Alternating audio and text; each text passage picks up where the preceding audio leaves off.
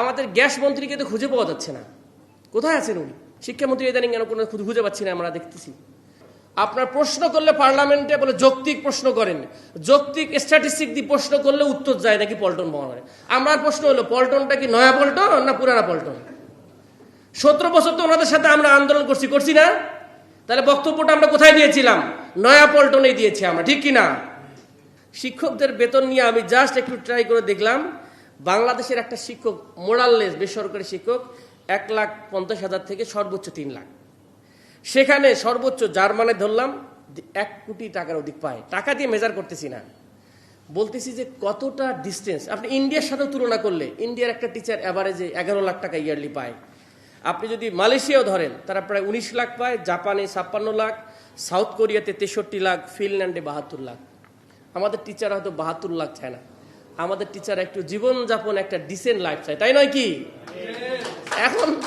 এখন আসেন, আমাকে এক প্রাথমিক শিক্ষক পাঠিয়েছে, ভাই আমরা প্রায় 65,000 স্কুল নাকি শিক্ষক, প্রায় অনেকগুলা প্রায় 32,000 জায়গায় শিক্ষক এরকম আছে যাদের প্রধান শিক্ষকই নাই। উনি আমাকে দুঃখ করে বলল, ভাই আমাদেরকে 42টা কাজে ব্যস্ত রাখে। উনি গনে গনে দেখছেন একটা প্রাথমিক শিক্ষক রে কয়টা কাজে ব্যস্ত রাখেন, তো ওরা শিক্ষা দিবে কি? 42টা কাজ নিয়ে ব্যস্ত। এক সময় আমার এক বন্ধু ছিল, সে বলছে আর্মি থেকে পদত্যাগ করবো। বলে ঘটনা কি? বলছে ভাই আমার কাজ কি আর শেখ হাসিনা আমার করাই কি? সারাদিন আমাকে ইভেন্ট ম্যানেজমেন্ট করাইতেছে, আপনারা টাকা দেন আমি মেজর হয়েছি, কিন্তু আমাকে ওই ইভেন্ট ম্যানেজমেন্ট দৌড়াইতেছে। সো আমাদের শিক্ষকদেরকে আরেক কাজে দৌড়িতে দৌড়িতে শিক্ষার 12টা বাজিয়েছে। বেসরকারি শিক্ষক যারা আমার নন এমপিও ভাইরা আছেন, সরকার 1700টার মতো রেডি করেছেন, যেটা মোটামুটি ওকে। 6,000-এর মতো যারা এতদিন থেকে চাকরি করে বেতন পায় না, 1700টা ওকে সব দিক দিয়ে, সেগুলোরও দেয়া যাচ্ছে না। এখন দেখেন আমার ভেরি ইন্টারেস্টিং, গত 2 দিন আগে একটা মসজিদ ভিজিটে গেছিলাম, দুঃখ করে বললাম, আমি জিজ্ঞেস করলাম ইমাম সাহেবের বেতন কত? ধরেন যে 3 থেকে 5,000 টাকা। বিল্ডিং কয় হাজার টাকার এই মসজিদ বানাইছেন? 3 কোটি টাকা। বুঝতে পারলেন? আমাদের এখন বরাদ্দ আসছে বড় বড় বিল্ডিং এর, আমি বিরোধিতা করতেছি না, শিক্ষকের কি বেতন আছে ভাই? ওই ইমামের মতো অবস্থা, 3 কোটি টাকার ভবন আর 5 থেকে 8,000 টাকার শিক্ষকের বেতন। এই হচ্ছে বাংলাদেশের শিক্ষার অবস্থা, তাই নয় কি? তাই এইরকম করে যদি চলে তাহলে হবে। আমি চাই ইনফ্রাস্ট্রাকচারের চেয়ে আমাদের শিক্ষকদের আগে জীবন বাঁচানোটা জরুরি, ঠিক কিনা? এইটার ক্ষেত্রে আমাদের দেখা দরকার, তাহলে আমার মনে হয় আমরা এক ধাপ এগিয়ে যাব।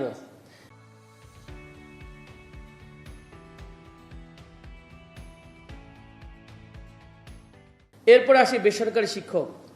আমার বাপ নিজেও একজন শিক্ষক ছিলেন, এবং আমার একজন আঙ্কেল আছে হিন্দু মানুষ, প্রতিদিন আমার বাসায় এলে আসলে, বাবা তুই এমপি হলু, গ্রামের ভাষায় মোর বেলা ওটা বেনশনে পালুং না।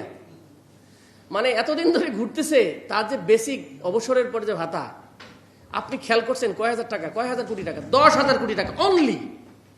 হাজার হাজার লোক সাফারিং, 42,000 শিক্ষক অবসরের ভাতার জন্য ওয়েট করতেছে।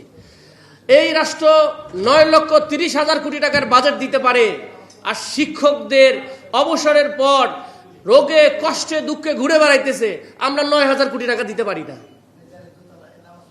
এইটা হচ্ছে আমাদের জন্য দুঃখ এবং লজ্জা।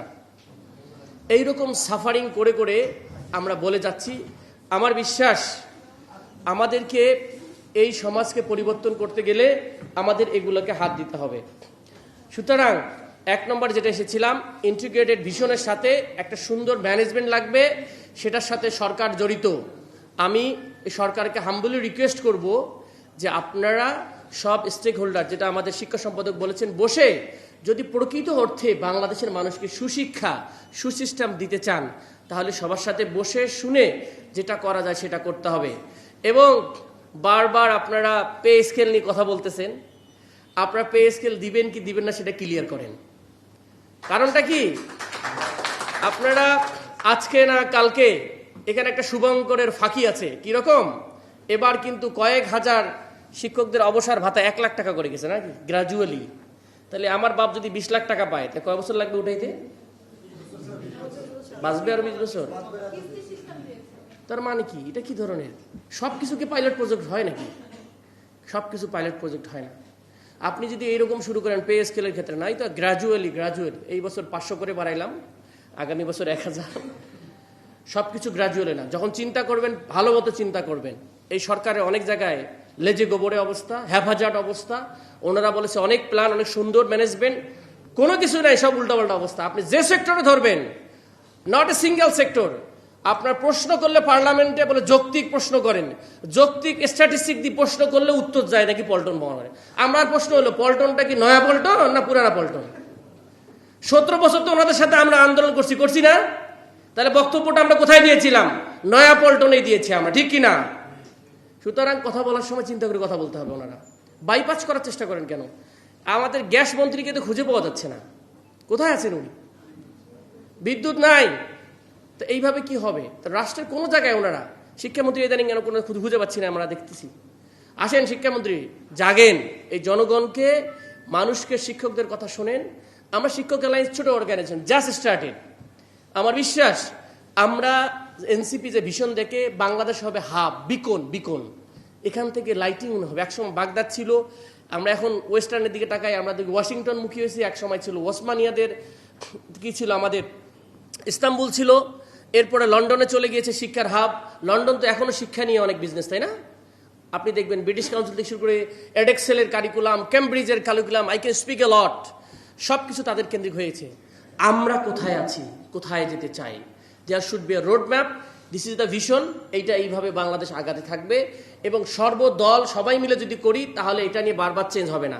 সকালে এক নীতি, বিকেলে এক নীতি, এটা হবে না। সরকার আসলে চেঞ্জ হয়, টেক্সট বুক চেঞ্জ হয়, প্যাটার্ন চেঞ্জ হয়, কারিকুলাম চেঞ্জ হয়। তাহলে কবে কোন দিন শিখবো আমরা? আসুন সবাই মিলে একটা কারিকুলাম ডেভেলপ করি যেটা সবার সাথে অ্যাডাপ্টেবল। এই অঞ্চলের মানুষের ধর্মীয় মূল্যবোধ, সামাজিক মূল্যবোধ, রাষ্ট্রীয় মূল্যবোধ সব কিছু মেনটেন করে একটা সিস্টেম দাঁড় করাই, যেটা আমাদের সন্তানদেরকে বড় করবে, আমাদেরকে সুন্দর করবে। সেই প্রত্যাশা রাখি ইনশাআল্লাহ। সেই রকম একটা বাংলাদেশ বিনির্মাণে এনসিপি আপনাদের পাশে থাকবে, শিক্ষক অ্যালায়েন্স পাশে থাকবে। সবাইকে ধন্যবাদ। আসসালামু আলাইকুম ওয়া রাহমাতুল্লাহি ওয়া বারাকাতুহু।